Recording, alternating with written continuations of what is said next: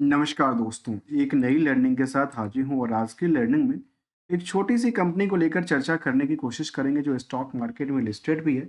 Listed के साथ साथ यदि हम बात करेंगे मार्केट की पोटेंशियल से लेकर के ग्रोथ लेवल तक की, तो यहाँ पे देखा गया कि प्लास्टिक से डील करने वाली कंपनी है, अलग-अलग जार्स बनाती है कंपनी।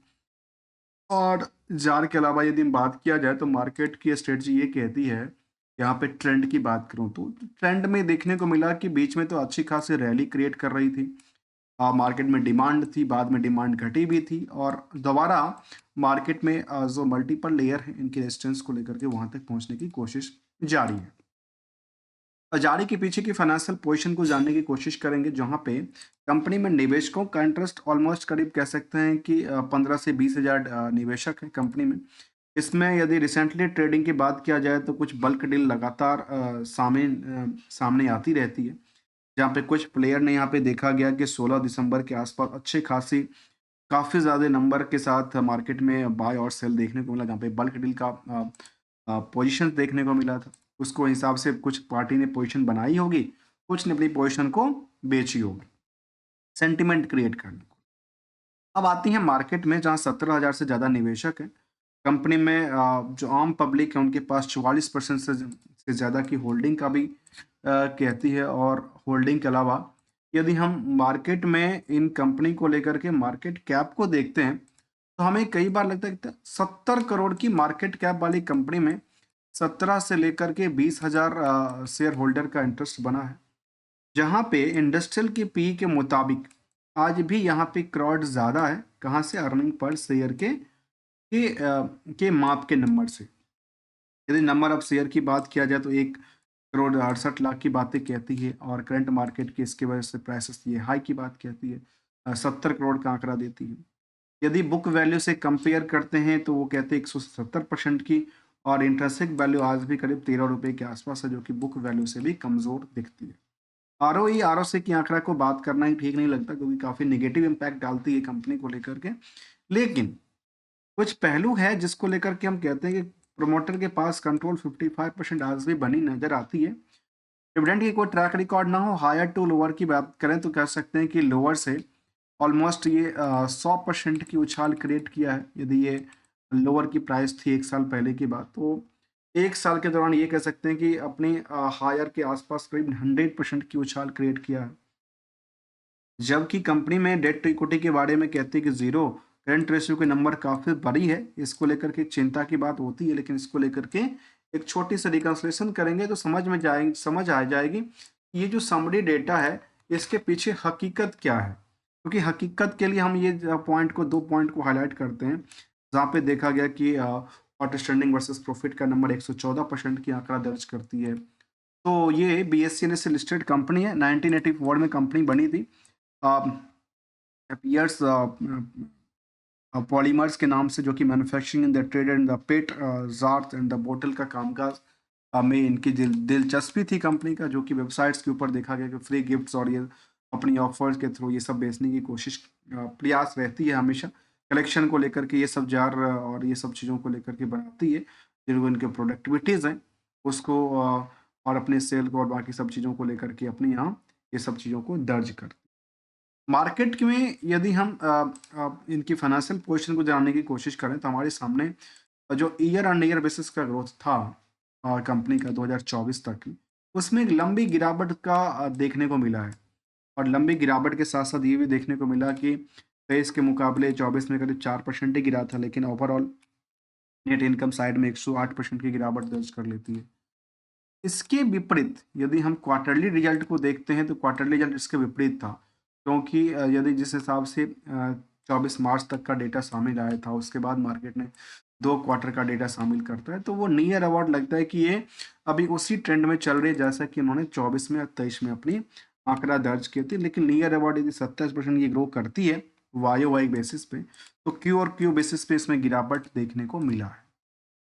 और लास्ट 12 मंथ की डेटा कहती है कि 19 करोड़ की टर्नओवर भी क्रिएट करती है कंपनी, जो कि इससे पहले भी कंपनी 176 करोड़ 196 करोड़ के आसपास टर्नओवर क्रिएट कर चुका था। तो ये अभी बहुत बड़ी रैली नहीं है। उसमें ये देखा गया कि उस टाइम पे इतनी रैली क्रिएट करने के बाद भी, सेल्स करने के बाद भी कंपनी नुकसान में थी।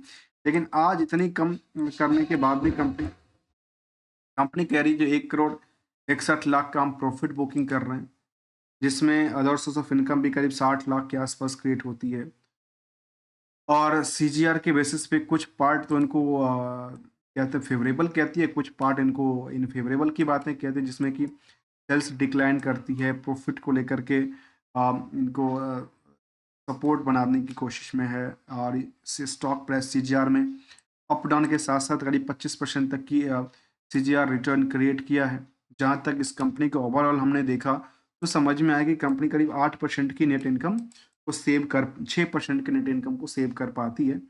इस 6% सेव करने के पीछे यदि सेल्स के बेसिस पे आप आउटस्टैंडिंग को देखते हैं तो वो नियरली करीब 10% का आंकड़ा दर्ज करती है। उसमें करीब एक कंपनी के पास 2 महीने का टाइम फ्रेम मानते हैं, जहाँ पे रिस्क एनालाइज़ की बात किया जाता है। उसमें कंपनी के पास कर्ज बिल्कुल ही नहीं के मुताबिक है, लेकिन जो फंड है वो सब कंपनी ने इन्वेस्टमेंट करके रखी है। काफ़ी सारे फंड इनके पास इन्वेस्टमेंट है, जबकि कंपनी के पास फिक्स एसेट भी करीब 4 करोड़ के आसपास की आंकड़ा दर्ज करती है। उसको लेकर भी हमने जब देखा तो समझ में आया कि कंपनी ओवरऑल यदि हम इन पार्टों से आउटस्टैंडिंग बैलेंस को देखने की कोशिश करते हैं तो ऑलमोस्ट करीब 114% की डेटाबेस बन जाती है।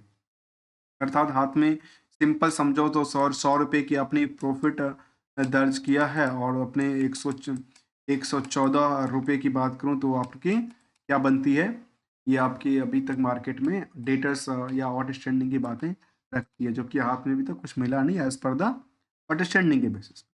लेकिन निवेशकों के इंटरेस्ट में यदि पब्लिक होल्डिंग में देखा है तो काफ़ी सारे निवेशक हैं, जिनके पास कुछ होल्डिंग पहले भी कुछ थे, अभी भी कुछ देखने को मिला है। और यदि हम पीयर्स के मुताबिक कंपेयर करते हैं तो कंपनी में बाकी कंपनियों के कंपैरिजन काफ़ी ज़्यादा निवेशकों का इंटरेस्ट ज़्यादा है, क्योंकि स्टॉक की प्राइस छोटी है। और हमने अक्सर देखा है कि छोटी स्टॉक वाली कंपनियों में काफ़ी ज़्यादा रेस लगी रहती है करोड़पति बनने को लेकर के। जहाँ तक कंपनी की अच्छी बातें फेवरेबल कहती है कि डेट्स फ्री कंपनी है, ऑलमोस्ट डेट्स फ्री हैं, कुछ चीज़ों को लेकर इम्प्रूवमेंट भी करती है। इसके अलावा कुछ चीज़ों को लेकर के नेगेटिव इम्पैक्ट भी डालती है, जहाँ पे खास करके पुअर सेल्स को लेकर के देखा जाए, या फिर इक्विटी रिटर्न को लेकर देखा जाए, अदर सोर्स ऑफ इनकम को लेकर देखा जाए, ये इनको नेगेटिव इम्पैक्ट भी ढाल देती है। लेकिन यदि हम इनकी चार्ट ग्राफ को देखते हैं तो यहाँ पे बार-बार ये देखा गया कि अच्छी खासी रैली में अच्छी खासी पैसे बने भी हैं अच्छे, और इस तरह के स्टॉक में पैसे बनते भी हैं, और कुछ के बनते हैं, काफ़ी लोगों के नुकसान भी होती है। तो इसमें एक सिंपल सी रूल है, यदि ट्रेंडिंग अपने मुताबिक कभी ना चले मार्केट में, अपने मुताबिक कभी ना चले, भले स्टॉक कैसे भी हो, और अपने मुताबिक चले ना, तो रिस्क कितने दिन तक लेगा। यदि आप रिस्क लेके चलते हैं तो हाई रिस्क हाई रिटर्न की एक्सपेक्टेशन होती है। अदरवाइज अपनी आप एसेट्स को, अपनी जो कैपिटल्स है उसको तो आप बचा सकते हैं खुद एसएल के थ्रू, इसीलिए उसको भी ध्यान रखना चाहिए, समझना चाहिए। ऑन एवरेज देखा गया कि पिछले 5 सालों में इसके स्टॉक में ये देखा गया कि अप डाउन करते करते ऑलमोस्ट करीब 170% तक की उछाल क्रिएट किया है। लेकिन इसमें डिमांड भी बनी थी, और डिमांड के साथ साथ अच्छी खासी इसमें बिकवाली भी देखने को मिला, और ये अक्सर होती रहती है जब तक मार्केट में कुछ नए प्लेयर नहीं आएंगे, पुराने नहीं जाएंगे, एक का नुकसान एक का फायदा नहीं होगा, तो फिर मार्केट में चलना तो मुश्किल है ना। इसी तरह से मार्केट रन करता है। विदाउट किसी ट्रेडिंग एडवाइजरी और नोट्स को लेकर के हम जानने की कोशिश करते रहते हैं। मिलेंगे कुछ नई स्टडी के साथ, तब तक के लिए thanks for the joining us दोस्तों।